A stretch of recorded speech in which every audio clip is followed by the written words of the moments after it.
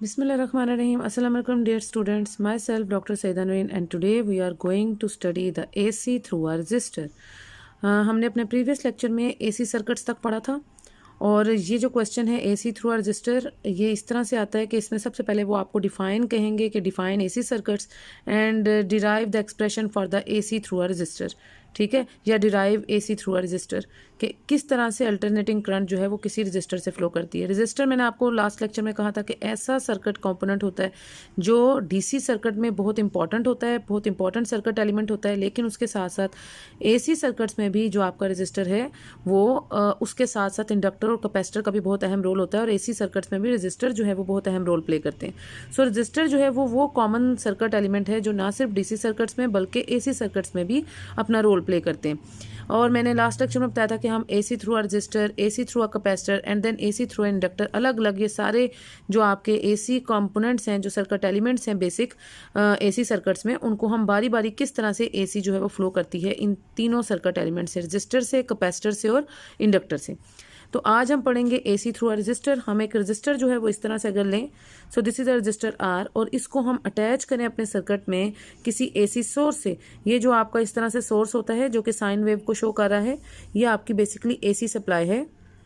ये AC supply आप house hold voltage को भी कह सकते हैं कि घरों में अगर आप इसे स्विच में प्लग इन कर देते हैं तो ये आपका AC सप्लाई होता है। उसके साथ अगर आप कोई रजिस्टर लगा देते हैं तो जब करंट फ्लो करती है, आपको पता है AC सप्लाई के साथ जो करंट फ्लो करती है उसके वो अल्टरनेट करती है। अल्टरनेट का मतलब है कि अगर फर्स्ट हाफ साइकिल में आप ऊपर वाले टर्मिनल को पॉजिटिव और नीचे को नेगेटिव ले रहे हैं तो in the second half cycle जो पहले पॉजिटिव टर्मिनल था वो नेगेटिव हो जाता है और जो नेगेटिव टर्मिनल है वो पॉजिटिव के तौर पे वर्क करता है। दैट्स वाई इसकी जो करंट है वो अल्टरनेट करती है। अल्टरनेट का मतलब है पहले जो करंट की डायरेक्शन है वो पॉजिटिव से नेगेटिव इस तरह से होगी और उसके बाद जब जैसे ही उसके जो पोलैरिटी रिवर्स हो जाएगी इन सेकेंड हाफ साइकिल, तो फिर जो उसकी पॉजिटिव टू नेगेटिव करंट जो है वो इन ऑपोजिट डायरेक्शन फ्लो करेगी। इस तरह से करंट जो है वो अल्टरनेट करती है आफ्टर एवरी हाफ साइकिल।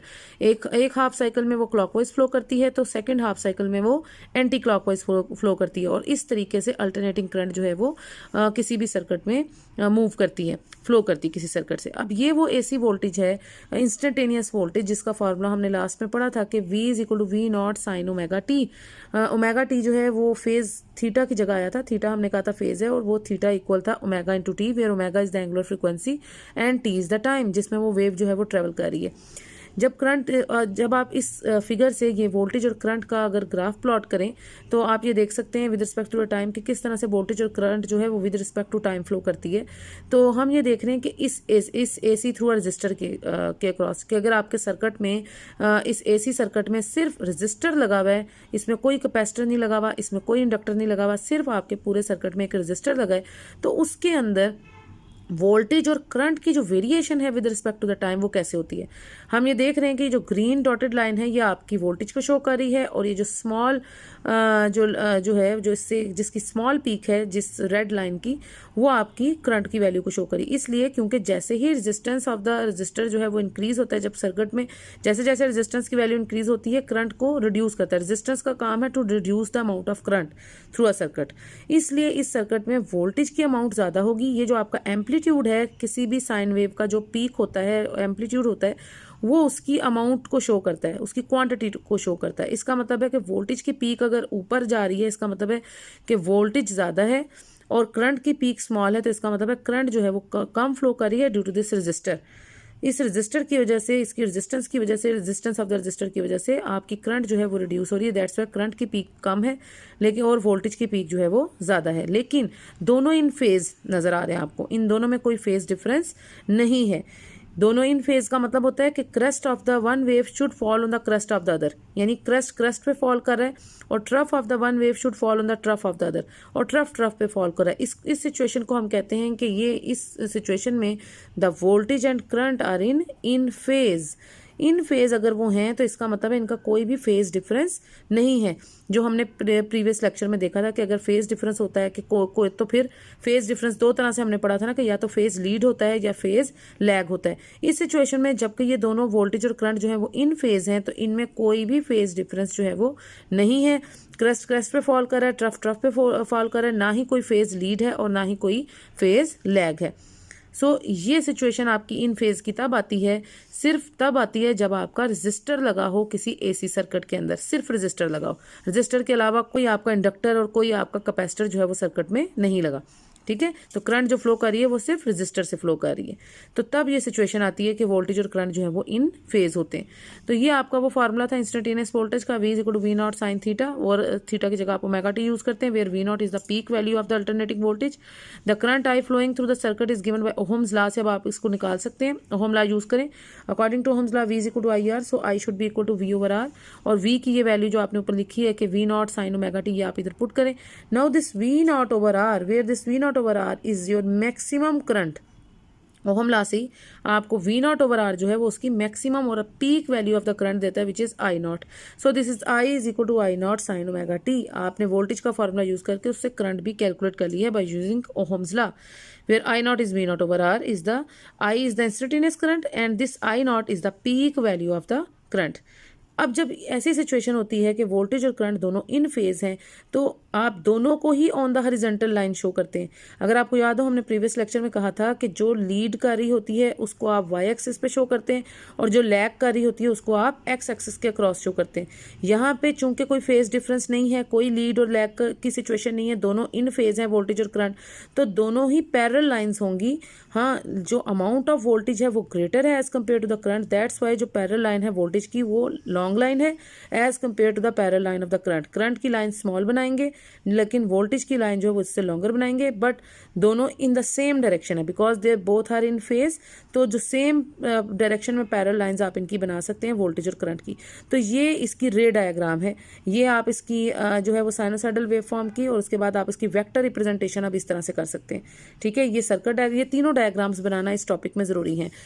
ये डायग्राम नंबर 1 है जिसमें आप ये आपकी सर्किट डायग्राम है।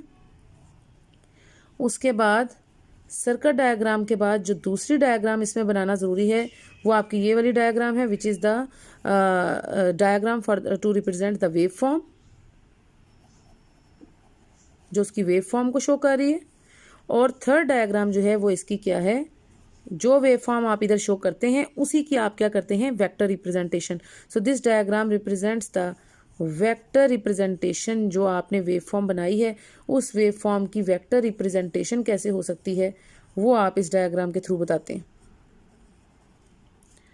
ठीक है, तो यहाँ से आप ये सर्किट डायग्राम है, उसके बाद आपकी वेव फॉर्म जो है वो आप शो करें, और थर्ड डायग्राम जो है वो वेक्टर रिप्रेजेंटेशन की है। ये इस तीनों डायग्राम्स अब आपने इसमें बनानी है। उसके बाद यहाँ पे जब आपने वोल्टेज भी कैलकुलेट कर ली, करंट भी कैलकुलेट कर ली, सो ये जो फिगर्स हैं see V and I are vectors for the resistance, they are draw parallel because there is no phase difference between them. The opposition to the AC which the circuit presents is the resistance. अब आप चूंकि आप AC through resistor पढ़े हैं तो आप इस resistor की रेजिस्टेंस कैलकुलेट कर सकते हैं by using Ohm's law. According to Ohm's law V is equal to I R, so Ohm law कहता है आपको कि V is equal to I are,